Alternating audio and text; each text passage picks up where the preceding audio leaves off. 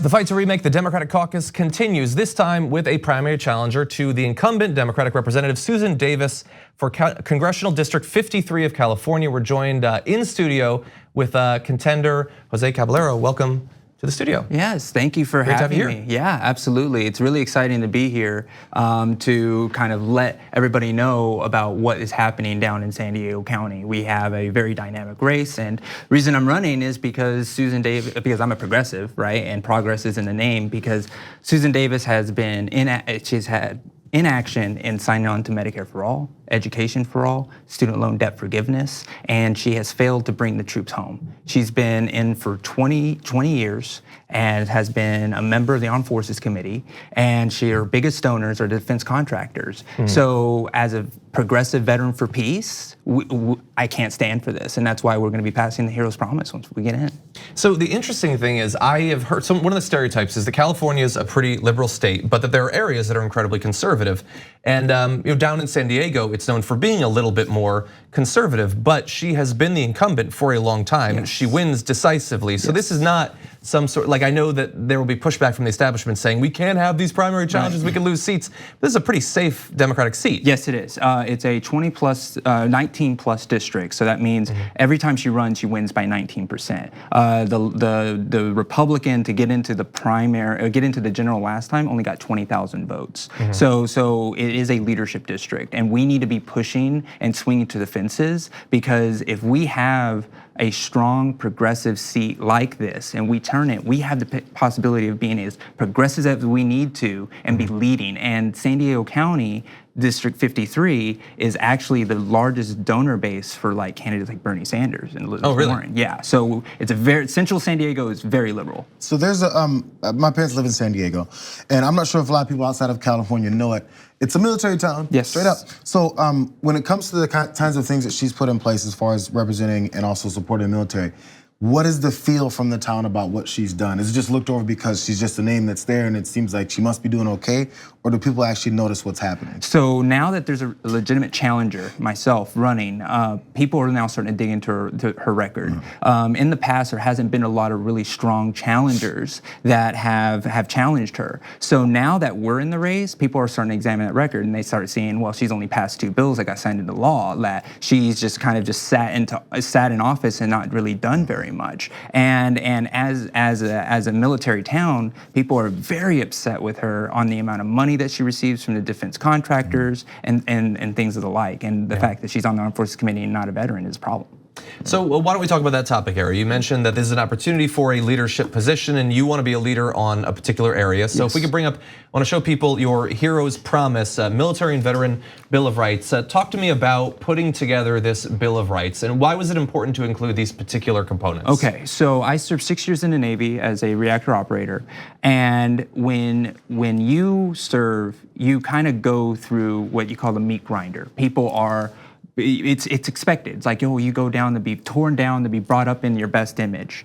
And what the problem is they'll put you through this entire system and then they kick you out. You're done. Like they don't take the time to build you back up as a civilian.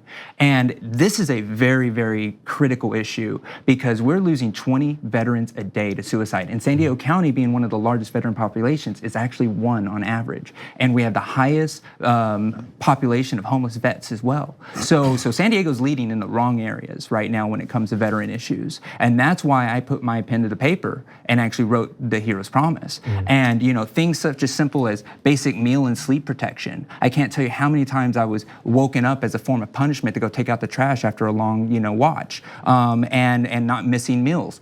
Filing a grievance outside of your chain of command to be able to turn in your boss. The mental health service protection. So for example, it takes 3.5 years to qualify as a reactor operator, 2 years in school and 1.5 years on the ship. If you get antidepressants and you become depressed, you lose that job. and the Navy will reassign you, and you lose your entire career and all that work that you put into it. We need to protect our veterans from that, and our active duty actually, and we need to give them an end-of-service pension. So give people a chance to get back into the economy. So if you do 4 years, you get 4 years of actually base pay. If you're a combat vet, it's +2, so it caps at 6 and 8 for combat vets. On the veteran side, we need to make sure that we give them housing rights, so we can give them start getting the homeless off the street. We need to get them education, so we can have education for the entire lifespan, tuition free. Making sure that we have health care. Doesn't matter if it's dental, hearing, eyesight. Like, these are the things that we need to cover regardless if you're service connected. And lastly, we need to make sure that they have a citizenship as a right, and that's very, very critical as well. And if to have the Hero's Promise, to be able to effectively do it and be qualified for it, you have to do a therapy session a month for the entire duration of this end-of-service pension. So you have to go and see somebody and talk about what happened in the military. So that sounds like actually supporting our troops, as opposed to just saying it over and over and sending them abroad again. So I imagine that will be, especially in that district, a very popular proposal. Oh, it's very popular. In fact, we have candidates across the country that are using it, like Brianna Wu in Michigan 7th, and running against Stephen Lynch. She's actually using it because she's talking to veterans and she's like, look at the Hero's Promise. And people are like, wow, this is speaking to the heart, because every veteran knows these issues deep down inside. And that's why a lot of people across the country are doing this. Real fast, can you tell us, because this struck me, and since I wasn't in the military and I also never suffered from any mental health issues, which a lot of times obviously were brought on from experiences that many of these folks had. How does it strike you as a veteran, the way, and you've known folks that had to deal with this, the way the president approaches these mass shootings and points out mental health as if, and by the way, connecting and calling the folks that deal with mental health monsters. He said it 3 times in one particular 5-minute speech. Does that land on folks that actually have to deal with it, or do they just kind of think, oh, well, he's talking about someone else? Well, a lot of times they think it's someone else, right? And you know, when you talk about these mental health issues, you know, as a veteran in the military, you're trained to be strong, and that's rewarded. If you're weak, you're punished. So you come out with that trauma of survival. So a lot of them is like, oh, that's not me. That's not me. So there's a lot of that is happening. Right. So that's why having the mental health protections and making sure that they're seeing a therapist every month is so critical. Because if you're talking to a professional will be able to pinpoint where the trauma is, because everybody in the military has trauma. Everybody. Because the second you step off that bus, you have somebody yelling at you in the face and calling you terrible things. Trauma. Exactly, right? And so the next day you wake up, guess what? It's now post-trauma. So that's where we have to have these services. And if we're going to all agree that the military is a tough environment, then we need to make sure that our heroes have a promise, a safe journey home, that we give them something that actually thanks them for their service. Absolutely.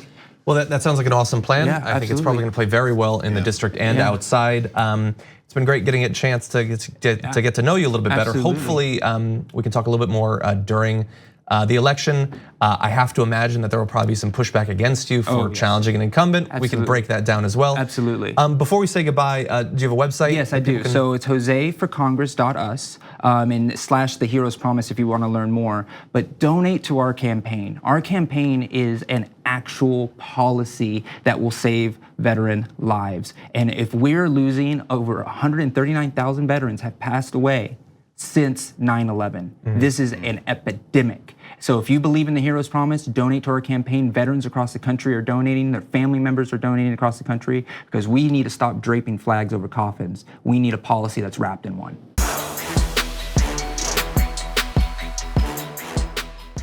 Check out the Damage Report podcast each day, wherever you get your podcasts, whether Pocket Casts or Stitcher or iTunes. You can join me as I give you the news and stories you want, with a range of co-hosts and interview guests jumping in on the fun each day. Again, that's the Damage Report, wherever you get your podcasts. And if you get them at iTunes, don't forget to rate and review. Sometimes I'll read them live on the show.